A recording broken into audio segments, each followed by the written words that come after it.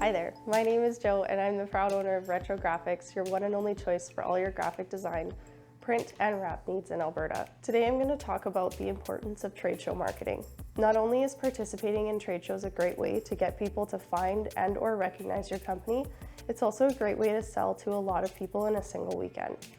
Trade shows typically run for 3 days from Friday to Sunday, but the larger shows such as the Home and Garden Show typically run for 4 days from Thursday to Sunday and take up a lot more exhibition space. In saying that, trade shows are not nearly as large nowadays as they were pre-COVID, but still bring tremendous value to your company if done properly. So what is trade show marketing? Well, simply put, trade show marketing refers to an exhibition where companies in a specific industry showcase and demonstrate their products and services. Depending on the statement you want to make at these events, you can opt for a smaller booth such as a 10-foot by 10-foot, or even larger with spaces in excess of 50 feet by 50 feet. Determining the size of booth space you should occupy usually depends on the relevance your company has at the show and the cost of the booth space. You don't want to break your company bank account trying to get your name out there, but you also want to be mindful of the amount of traffic that your company will be exposed to throughout the show. Some of the more common displays used at trade shows are pull-up banners, printed tablecloths, tents, hanging banners at the back of your booth if you're against a wall, flags so your company can be located by those specifically wanted to come and talk to you or your company representative, hanging signage if permitted, A-frame signs to promote a sale or draw customers' attention into your booth. Keep in mind that these may not be allowed in the middle of walkways, but you can usually get away with having them stick out of your booth space just a little bit, and floor graphics. All of these materials can be used to draw people into your booth. You always want to make sure that the messaging is consistent and you're advertising a specific product or service across most, if not all, platforms to keep potential customers from feeling overwhelmed. You can always give people the full breadth of your services through your brochures, booklets, flyers, or other handouts so they have something to look at and remind them of your services when they get home and are looking through their bag of goodies. Speaking of bags, having some sort of promotional marketing giveaway is always a good idea. Not only are bags convenient for people when they're walking through the show and collecting things, it also serves as a great marketing tool for your business throughout the show and thereafter. If you opt to use bags as your promotional item giveaway, consider a grocery style bag that people will be less likely to throw away after they've gone through all their things. With plastic bags becoming more and more obsolete, everyone likes to add another bag to their collection sitting in the back of their car. In saying that, logoed bags are not your only option for a promotional item giveaway, and you are certainly not limited to just one item to give away to potential clients. Depending on your industry, there are lots of options to choose from, but the ones gaining in popularity lately are pens, notebooks, portable chargers, bagged candy or snacks, water bottles or mugs, pop sockets, phone wallets, canned koozies, headphones, lip balm, and even t-shirts.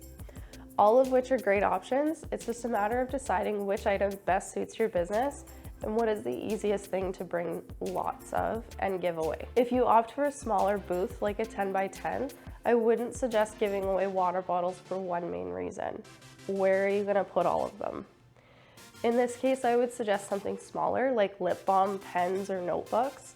They're small, compact, and easy for you to hold and hand out to passersby who may not stop into your booth at all. If you do decide to do a larger giveaway item like water bottles or t-shirts, consider having people fill in a form that subscribes them to your monthly newsletter, or enter them in to win a larger giveaway. This allows you to collect a database of potential client emails that you can market to in the future. You can request for their cell number in addition to products or services they may be interested in, so you can follow up with them after the trade show or in the event that you have a promotion on a particular product or service that they mentioned they were interested in. Then you can give them a call and let them know all the details. I always recommend that clients set a budget for their trade shows. There are lots of ways that trade shows can get very expensive, especially when considering doing giveaways.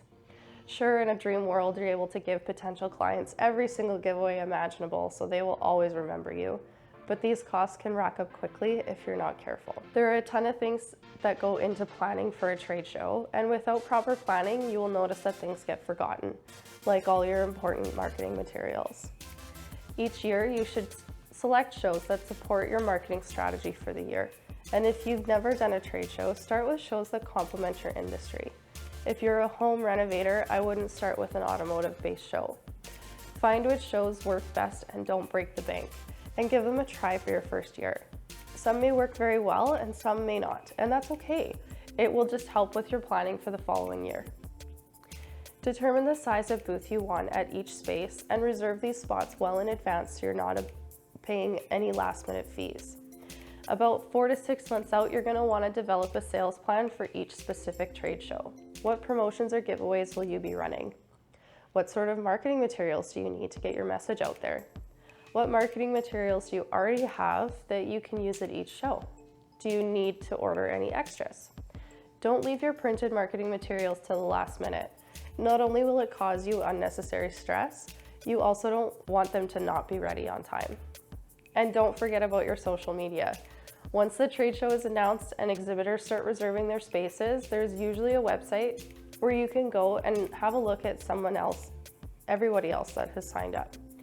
Floor plans usually aren't completed online until the show is very close to full, but you can see if any of your competitors have signed up at the same show and where their booth will be relative to yours.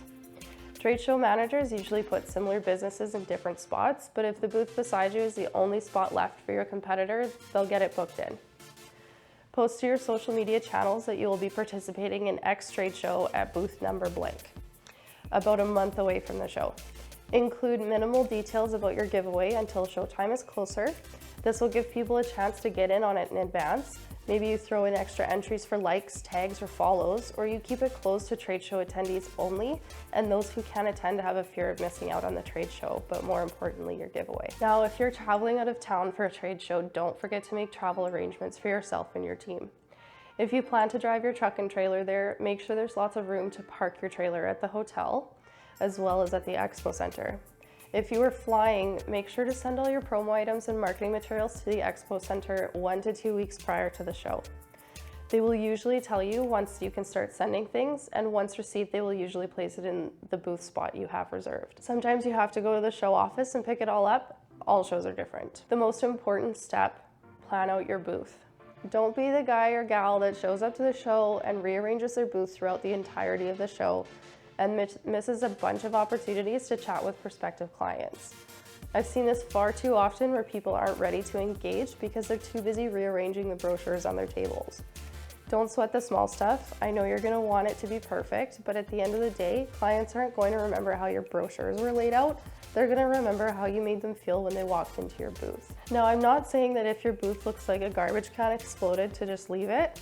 Be professional and use some common sense to ensure it's tidy. Marketing materials are easily accessible to customers, and there's space for people to walk around in your booth.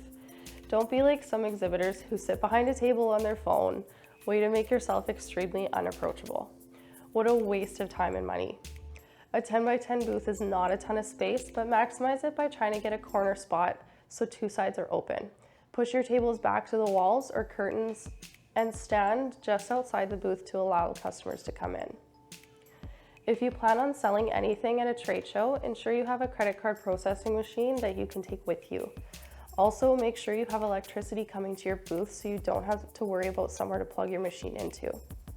A wireless machine may have issues because expo centers are typically giant concrete boxes, but you can usually purchase internet through the show management and specify that it's for your credit card machine. Some places have different levels that you can purchase, so you make sure you get the best option that has the quickest processing at your booth location. I usually test out the machine prior to the show starting with a $1 charge to see how quickly the message comes back approved. This will give you a pretty good indication if you have to tell clients it will take a couple seconds or not.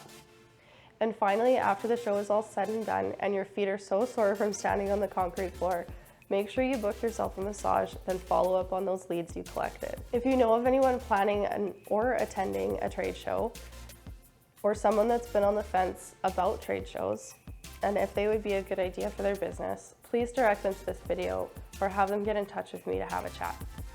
Until next time.